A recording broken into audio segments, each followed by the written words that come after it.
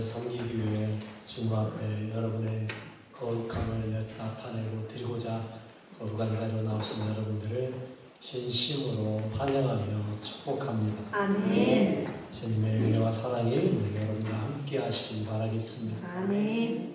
5월이 되었어요. 5월이라 그러면 가정의 달이라고 말하죠. 온 가정이 주님 은혜 안에서 평안을 누리며 살아가시길 바라겠습니다. 아멘. 멀리 떨어져 있든 가까이 있든 늘 부모의 마음은 자녀들에게 향해 있죠. 또 가족하면 그냥 왠지 모를 그 애틋함이 다 있죠. 그 안에서 더 중요한 건 하나님 바라보면서 나아가는 것, 이게 중요합니다. 특별히 우리가요 하나님 믿는 거잖아요. 여러분, 하나님은요 우리가 세상 사람들이 말하는 그런 신들과는 달라요. 누구 표현대로 달라도 너무 달라요. 우리 하나님은요 보통 분이 아니시잖아요. 여러분, 세상 사람들이 믿는다는 신들은요 다 만들어진 신, 거짓이거든요. 또는 귀신이거든요. 그러나 우리 하나님은요 아니에요. 우리가 믿는 하나님은요 만들어진 신이 아니라 천지를 만드시는 하나님이세요. 아멘. 여러분, 완전히 다르다는 겁니다. 살아계신 분이세요. 아멘. 지금도 역사하시고요. 지금도 일하시고요. 아멘. 지금도 여러분과 함께 하시고 우리 예배를 기쁨으로 지금 받고 계시는 분이십니다. 아멘. 그분이 우리에게 예수님 보내주셨어요. 여러분, 예수님이 그냥 단순하게 이 땅에 오신 거 아니라고. 지금 계속해서 제가 하는 이야기지만 예수님이 심심해서 할 일 없어서 지구 한번 갔다 올게요 하고 놀러 오신 게 아니라니까요. 여러분, 그분은 이 땅에 오실 때요 하나님의 아들로 오셨어요. 구약에서 이미 예언하신 대로 오신 그리스도이세요. 아멘. 메시아라는 이야기입니다. 여러분, 원래 그리스도라는 말의 뜻은요 기름 부음 받은 자라는 말이에요. 구약에서 기름 부음은 왕, 그리고 제사장, 선지자, 이 세 사람만이 기름 부음을 받을 수 있었어요. 그런데 시간이 흐르면서 이 그리스도라는 단어, 메시아라는 단어가 단순히 기름 부음 받은 자에서 멈추지 않고요 의미가 바뀌어갔어요. 구원자라는 의미가 생겨나기 시작했던 거예요. 여러분, 그래서 유대인들은요 그리스도라고 말하면요 자신들을 구원할 사람으로 여겼습니다. 다윗의 후손 그러면요 유대인의 왕, 우리를 구원할 자, 메시아, 유대인의 왕, 동일한 이야기예요. 여러분, 유대인의 왕이라는 말과 그리스도라는 말과 다윗의 자손이라는 단어가요 다르게 쓰이지 않았어요. 똑같이 사용되었어요. 그래서 마태복음에서 유대인의 왕이라 부르는 것과 다윗의 자손이라고 부르는 것과 그리스도라는 말은요 다른 데서는 몰라도 마태복음 안에서는요 같은 의미예요. 무슨 의미예요? 우리를 구원하실 분, 우리의 영원한 왕, 유대인만의 왕이 아니라 모든 인류의 왕, 그분이 바로 예수님이세요. 우리가 마태복음을 읽으면서 이 의미를 좀 아셔야 된다. 마태복음을 읽으면서요 특별히 알아야 되는 게 다른 것 무엇보다 이걸 아셔야 돼요. 유대인의 왕? 예수님이구나. 그리스도? 예수님이 이야기하는 거구나. 다윗의 자손? 그들이 그렇게 기다리던 예수님을 기다리는 표현이구나. 이거 아셔야 된다. 그래야 마태복음을 읽으면서 성경을 이해할 수가 있어요. 특별히 오늘 제가 이야기하는 이유가 뭐겠어요? 오늘 본문에 이야기가 다 나와요. 오늘 본문은 이렇게 시작을 하고 있어요. 1절 말씀이에요. 이렇게 말하고 있죠. 헤롯 왕 때 예수께서 유대 베들레헴에서 나시매 동방으로부터 박사들이 예루살렘에 이르러 말하되. 여러분, 예수님이 언제 태어났는가에 대한 정확한 기록을 하고 있습니다. 언제라고 말하고 있어요? 헤롯 왕 때. 헤롯 왕 때. 그러면 성경의 헤롯 왕은 한 명이 아니거든요. 성경의 헤롯 왕이요 최소한 3명에서 4명이 나옵니다. 그러면 어떤 헤롯 왕이냐 했을 때 모든 사람들이 하는 말이 헤롯 대왕이라고 부르는 그 왕을 이야기해요. 왜 헤롯을 대왕이라고, 이 사람을 헤롯 대왕이라고 부르냐면 이스라엘 모든 땅, 즉 가장 밑에 부엘세바에서부터 왼 반까지 그 모든 지역을 다 통할해서 다스렸던 왕은 유일하게 한 명밖에 없어요. 헤롯 대왕. 그 나머지는 그 아들들이요 다 쪼개서 가졌어요. 그래서 헤롯 대왕 그러면 이 사람을 이야기하는 거예요. 헤롯 대왕의 가장 큰 업적은요 건축물이에요. 헤롯 대왕이 했던 제일 중요한 일 중에 하나가 뭐냐면 성전 재건입니다. 스룹바벨이 지었던 성전이 너무도 작고 볼품이 없으니까 그거를 에돔 사람이었던 헤롯이요 유대인들의 환심을 사기 위해서 야 내가 저거 새롭게 만들어줄게, 더 어마어마하고 크게 더 멋있고 화려하게 내가 다시 지어줄게 해가지고 공사를 시작했어요. 그 헤롯 대왕이 성전을 재건축한 예수님 시대에요 예수님이 활동할 때에도요 그 성전이 계속 지어져 가고 있었어요. 그만큼 어마어마한 일을 한 사람. 성지순례 가서요 제일 많이 보는 게 뭔지 아세요? 헤롯이 지은 건물들을 보러 다녀요.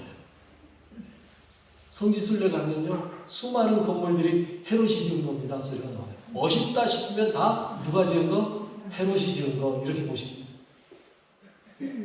그때 예수님이 태어나셨어요. 그런데 그 시기에 공교롭게도 누가 찾아왔다고요? 동방으로부터 박사들이 찾아왔어요. 이 동방의 박사들, 어떤 말하기 좋아하는 학자는 우리나라 신라의 박사들이 찾아갔다 이렇게 하는 사람도 있는데 그건 아니고요. 시기적으로 맞지가 않아요. 동방의 박사들이 했을 때 일방적으로 그 당시에 동방 그러면 페르시아를 이야기했습니다. 성경에 나온 대로 하면 바사. 특별히 페르시아가 제일 유명했던 게 하나 있습니다. 그게 뭐냐면 천문학이에요. 요즘으로 말하면 천문학. 그 당시로 말하면 점성술이라고 말합니다. 별을 관찰하고 그 별을 통하여서 어떤 일이 일어날 것인가를 연구하는 사람들.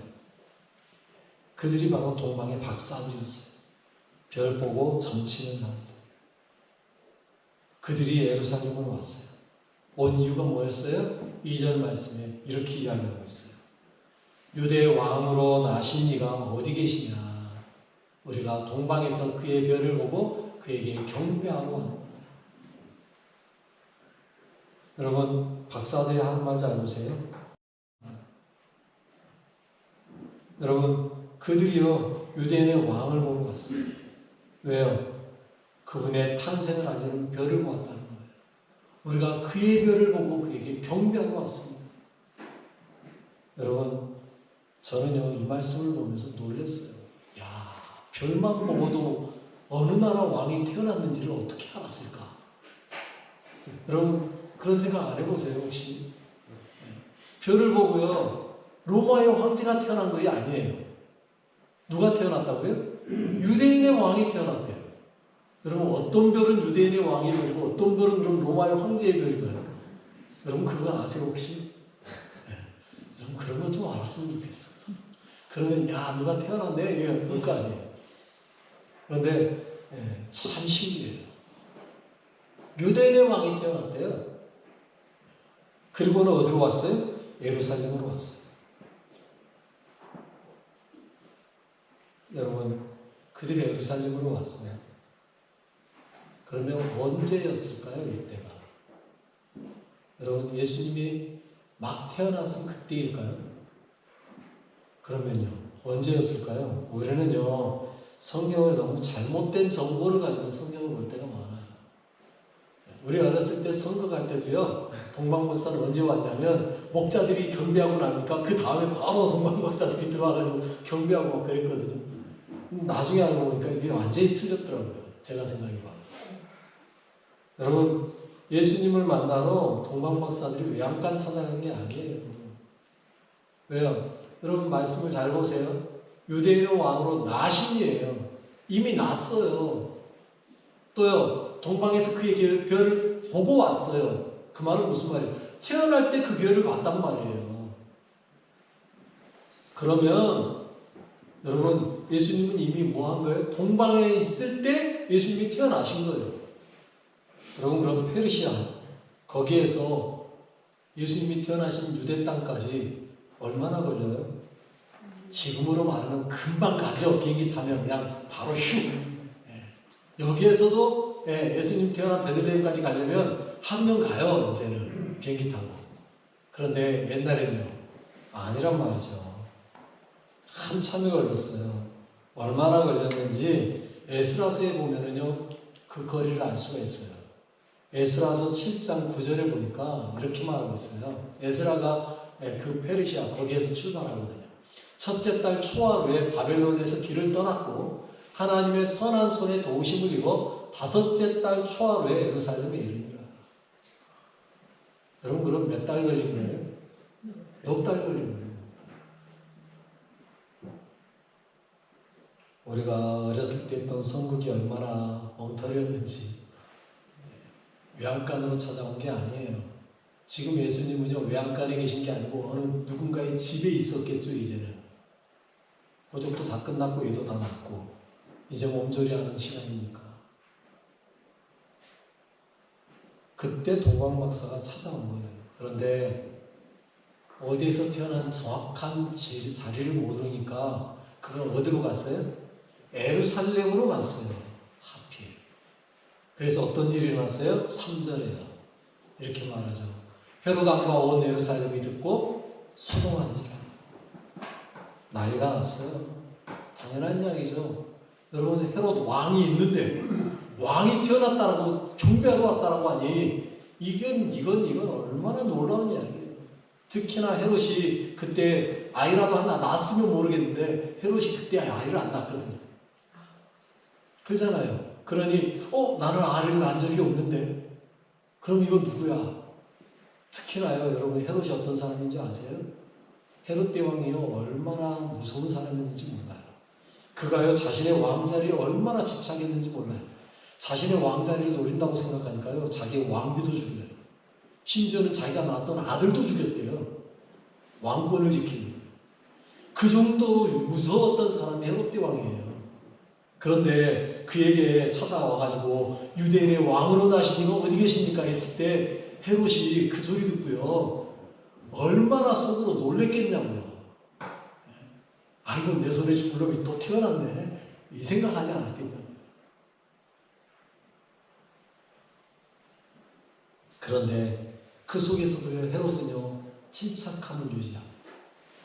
얼마나 무서운 사람인지 몰라요. 그는 침착하게 뭐 하는 거예요? 대제사장과 서기관을 부르죠.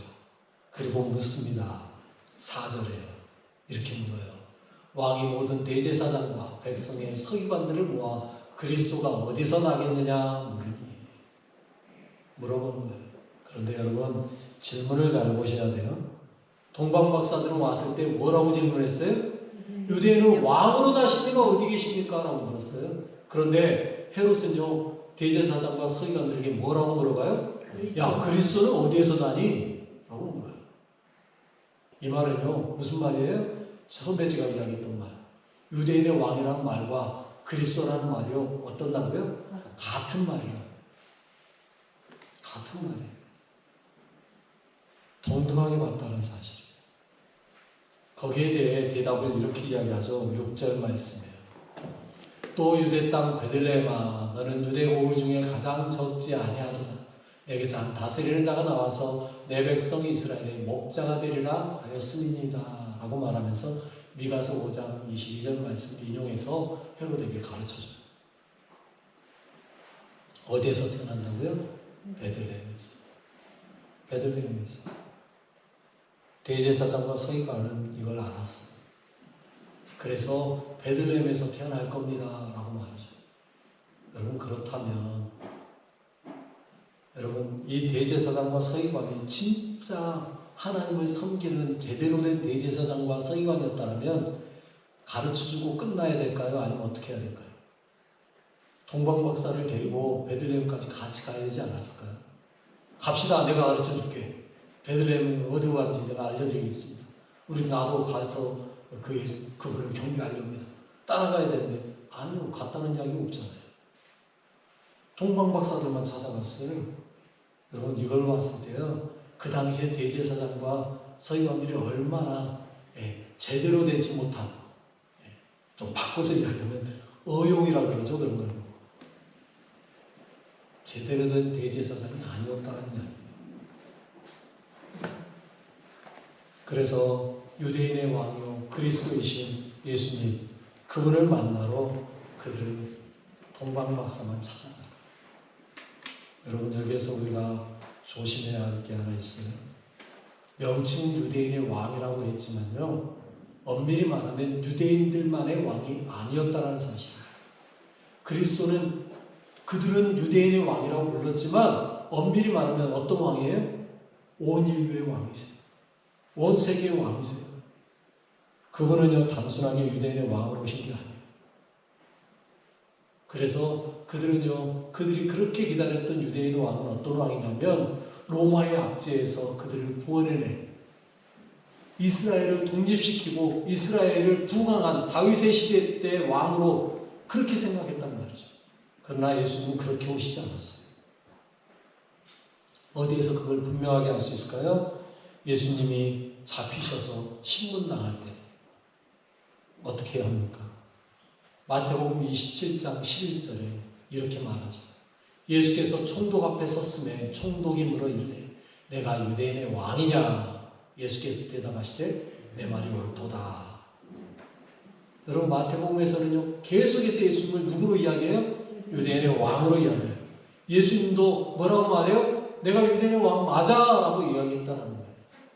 그런데 여러분 더 놀라운 사실이 뭔지 아세요? 빌라도가요 저 말을요 고지고 들어듣지 않았다는 사실이에요. 유대인의 왕으로 보지 않았다는 사실이에요. 그래서요 여러분 대제사장과 장로들이 끊임없이 빌라도에게요 그를 죽여야 된다고 반역자라고 이야기할 때 빌라도가 뭐라 하는지 아세요? 27장 14절에 이렇게 이야기하고 있어요. 읽어볼까요?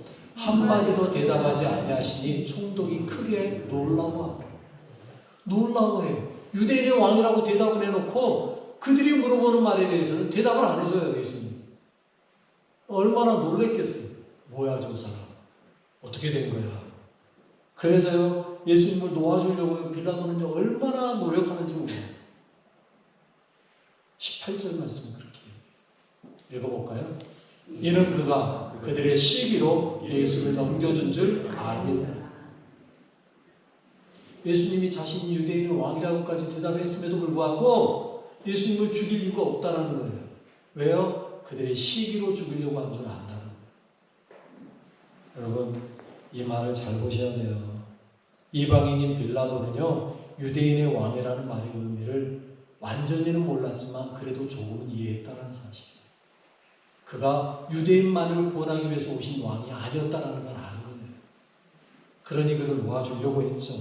그런데 문제는요 그를 가이사의 충신이 아니라고 말한다는 그 이유 때문에 자기의 자리에 더 연연했기 때문에 예수님을 내어주는 그런 일을 해가고 말았어요. 마태복음에서는 그러나 여러분 요한복음을 가면요 또 달라져요. 요한복음에서는요 더 잘 이야기하고 있습니다. 빌라도가 내가 유대인의 왕이다라고 말할 때 예수님은 이렇게 대답했었어요. 요한복음 18장 36절이에요. 같이 읽어보겠습니다. 예수께서 대답하시되 내 나라는 이 세상에 속한 것이 아니니라. 만일 내 나라가 이 세상에 속한 것이었다면 내 종들이 싸워 나로 유대인들에게 넘겨지지 않게 하였으리라. 이제 내 나라는 여기에 속한 것이 아니니라. 종합해 보면 마태복음하고 요한복음을 종합해 보면 너가 유대인의 왕이냐라고 물었을 때 맞아 내가 유대인의 왕이야. 그러나 내 나라는 이 세상에 속한 게 아니야 라고 이야기했다는 거죠. 여러분 예수님의 나라는요 이 땅에 있는 나라가 아니었습니다. 그분이 왕인 건 맞습니다. 그러나 그분이 통치할 나라는 이 세상에 있는 세상 땅이 아니었다라는 이야기입니다. 그분은 온 인류의 왕으로 온전히 이 세상을 구원할 자로 오셔서 이 세상의 통치자로 온전한 세상을 만들어내시는 분으로 오셨다라는 이야기입니다. 여러분 유대인의 왕을 이해하려면요 이걸 바로 보셔야 돼요. 그분이 말씀하신 것이 무엇인지, 그분이 말씀하신 유대인의 왕은 어떤 왕인지, 그분의 나라는 어떤 나라인지를 우리가 잘 알아야 제대로 이해할 수 있는 거예요. 예수님이 말씀하신 하나님의 나라는요 이 세상의 통치자, 이 세상을 다스리는 그 정도가 아니었다는 거예요. 영원한 하나님 나라, 그 나라였습니다. 그래서 빌라도에게 이어서 이야기하죠. 37절에 이렇게 말씀하고 있어요. 읽어볼게요. 빌라도가 이르되 그러면 내가 왕이 아니냐? 예수께서 대답하시되 내 말과 같이 내가 왕이니라. 내가 이를 위하여 태어났으며 이를 위하여 세상에 왔나니 곧 진리에 대하여 증언하려 함이로라. 너는 진리에 속한 자는 내 음성을 듣느니라. 여러분 분명하게 말하고 있습니다. 예수님은 자기가 왕, 그러나 그분은요 진리의 나라, 진리의 왕국을 통치하시는 그분이라는 거예요. 여러분 그분이 우리 예수님이세요. 그분이 이 땅에 왕으로 오셨습니다. 그래서 오늘 본문으로 다시 돌아가면 헤롯은 박사들에게 물어보죠. 어떻게 해요? 7절로 8절에 이에 헤롯이 가만히 박사들을 불러 별이 나타난 때를 자세히 묻고 베들레헴으로 보내며 이르되 가서 악에 대하여 자세히 알아보고 찾거든 내게 구하여 나도 가서 그에게 경배하게 하라. 대단히 겸손한 왕인 것처럼 헤롯이 말을 해요. 하지만 사실은 아니라는 걸 우리는 그의 행위를 통해 알 수 있죠. 사람은 속일 수 있어요. 그러나 하나님은 속일 수 없어요. 그래서 하나님은 이름이 아시고 어떻게 해요? 오늘 보면 마지막 12절에 보면 이렇게 말하죠. 그들은 꿈에 헤롯에게 돌아가지 말라 지시하신 바다 다른 길로 거기에 돌아가니라 말씀하고 있어요. 하나님은 아셨어요. 꿈을 통해서 그들을 다른 길로 가게 하셨어요. 한바탕 소동을 일으키고 그들은 베들레헴으로 가죠. 그리고 거기에서 그들은 별을 보게 되는 거예요. 그들이 봤던 그들을 다시 보는 거죠. 그리고 예수님을 만나게 됩니다. 그런데 여러분, 그들이 예수님께 드렸던 선물을 한번 잘 봐보세요. 어떤 선물을 드렸습니까? 11절이에요. 이렇게 말하고 있죠. 읽어볼게요. 집에 들어가 아기와 그의 어머니 마리아가 함께 있는 것을 보고 엎드려 아기께 경배하고 보배함을 열어 황금과 위안과 모략을 예물로 드리니라. 아멘. 그들이 드린 예물을 잘 보시면요, 단순하게 왕에게 드리는 선물이 아니었어요. 여러분, 그들이 드린 보배합 속에 들어있던 예물이 뭐였어요? 황금, 유향, 모략이었습니다. 여러분, 이 황금은요 왕을 상징하는 거예요. 유향은요 제사장을 의미하는 겁니다. 모략은요 선지자를 보여주는 거예요. 그들은 유대인의 왕을 찾아왔다라고 말을 하지만 사실은 그리스도가 어떤 분이신지를 보고 싶었던 거예요. 왜요? 그리스도를 상징하는 예물, 황금과 위향과 모략을 다 준비해왔잖아요. 그들이 유대인의 왕을 보러 왔었다면 황금만 들고 왔으면 돼요. 왕에게 드리는 예물로 황금이면 돼요. 그런데 그들은 그렇게 하지 않았어요. 황금과 위향과 모략을 준비해 왔어요. 그리스도라는 그 의미를 가지고 있는 새 직분을 상징하는 그 예물들을 다 가지고 온 거예요. 그리고 그들은 그에게 경배하는 겁니다. 여러분, 어떻게 알았을까요? 페르시아. 그곳이 어떤 곳이었어요? 유대인들이 바벨론 포로로 잡혀갔던 곳, 그곳이거든요. 그러니 그들도요, 거기에서 뭐를 봤다는 이야기예요? 성경을 봤다는 이야기예요. 어떤 성경이요? 구약에 있는 성경. 우리가 말하는 구약 성경을 그들도 알고 있었다는 이야기예요. 그리고요, 어떤 분이 그리스도로 나실지, 그리스도가 누구인지에 대한 것들을 그들은 알고 있었다는 이야기입니다. 여러분, 아는 것으로 끝나지 않았어요. 그들은요, 알고 있는 것을 어떻게 했어요? 믿음으로 반응했어요. 그래서 가까운 거리가 아니라니까요. 넉 달을 걸어서 그곳까지 찾아왔어요. 여러분, 그들은요, 왕이며 제사장이며 선지자인 그리스도이신 예수 그리스도, 그분을 만나기 위해 예물을 들고 그 먼 거리, 넉 달의 거리를 걸어서 찾아갔어요. 쉬운 이야기가 아니었습니다. 믿음은 그런 겁니다. 여러분, 마태가 왜 동방박사에게 기록했을까요?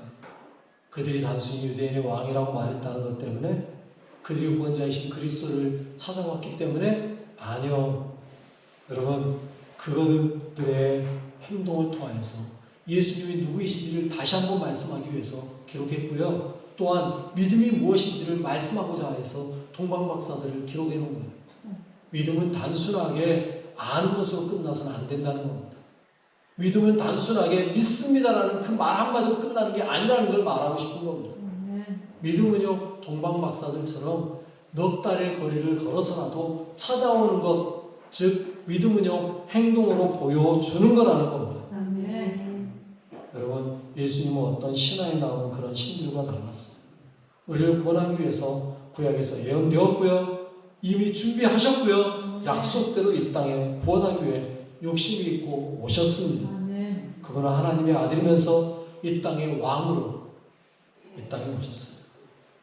동방박사들은 그걸 봤고요, 그리고 수많은 왕들의 별이 아니라 저들은 반드시 유대인의 왕의 별일 거다 믿고 그 땅에 찾아왔어요.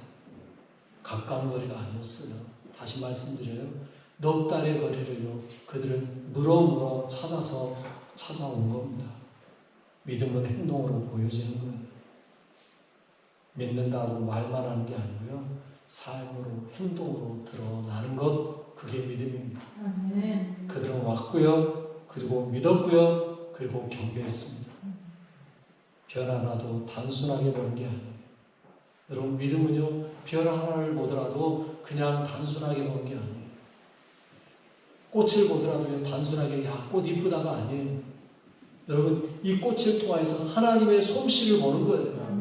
하나님의 능력을 보는 거예요. 그리고 꽃이 이쁘다, 이건요, 그냥 꽃을 감탄하는 거고요. 야, 이 꽃을 만드신 하나님 대단하다 하면 하나님을 높여드리는 거예요. 우리의 언어가 바뀌어야 돼요. 여러분의 말이 바뀌고 행동이 바뀌어야 된다. 단순하게 야, 멋있다가 아니라 하나님의 솜씨 대단하다, 하나님을 찬양하는 입술 바뀌어가는 것, 이게 믿음이라는 겁니다. 여러분의 삶에서 하나님의 손길을 보시고 하나님의 능력을 보시고 하나님의 은혜를 깨닫고 볼 수 있는 여러분 되시길 바라겠습니다. 그걸 삶에서 믿음으로 끝나는 게 아니라 행동으로 보여주는 진정한 믿음, 살아있는 믿음의 사람 되시는 귀한 성도들 되시길 바라겠습니다. 우리 같이 기도하겠습니다. 먼저 우리에게 믿음 주신 하나님께 감사하십시오. 그리고 예수님이 왕으로 오셨음을 믿고 그분이 그리스도이심을 믿고 구원자라는 사실 기억하면서 주님, 나를 구원하신 그 은혜, 나를 붙잡아 주시고 함께 하신 그 은혜, 주님 안에서 내게 주신 그 믿음 가지고 담대하게 믿음을 보여주며 살아가는 우리 되게 하여 주십시오. 삶으로 믿음을 나타내며 살아가게 하옵소서. 우리 같이 기도하겠습니다. 하나님 아버지 감사합니다. 저희를 사랑하셔서 부르시고 저희들에게 믿음 주시고 주님 앞에 나와 함께 예배드리게 하시며 감사합니다. 주님, 믿음은 단순한 게 아닙니다. 주님, 믿음은 입으로만 말하는 게 아닙니다. 주님, 그 믿음 가지고 동방박사들이 찾아왔던 것처럼 우리들도 믿음으로 행하게 하시고 반응하게 하시고 주님만이 우리의 영원한 왕이심을 고백하게 하시고 주님만이 우리의 그리스도이심을 고백하게 하시고 우리의 구원자이심을 찬양하며 영광 돌리며 살아가게 하여 주옵소서. 그의 말 한마디, 그의 행동 하나 주님께 온전히 드려지게 하시고 주님 기뻐하시는 삶이 되도록 아버지 내 삶을 만드시고 아버지여 내 삶을 주관하시고 아버지 내 삶을 주님께 드려지게 하시고 주님 기뻐하시는 삶이 되도록 내 삶에 역사하여 주시옵소서. 주님만 바라보고 주님만 높이기 원합니다. 주님만 승리를 살기 원합니다. 주님 받으시옵시고 주님이 함께하여 주시고 주님이 역사하여 주옵소서. 주여 내 삶의 모든 것 되시고 주님께 영광 돌리는 믿음의 사람 되도록 은혜 내려 주옵소서. 오늘도 불러주시고 함께 하실 주님을 찬양합니다. 감사합니다. 하나님 아버지 감사합니다.